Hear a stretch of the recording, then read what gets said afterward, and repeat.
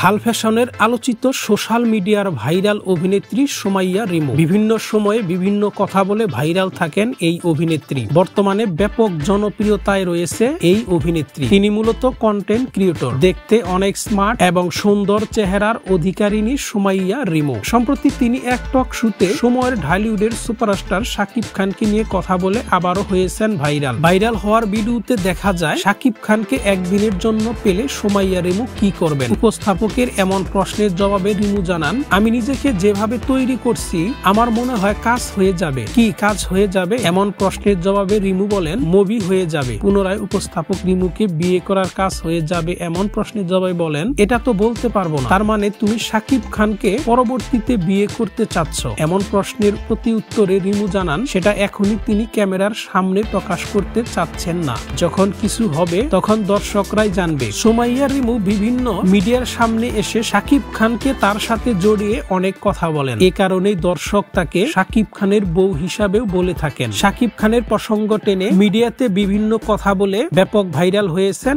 এই অভিনেত্রী।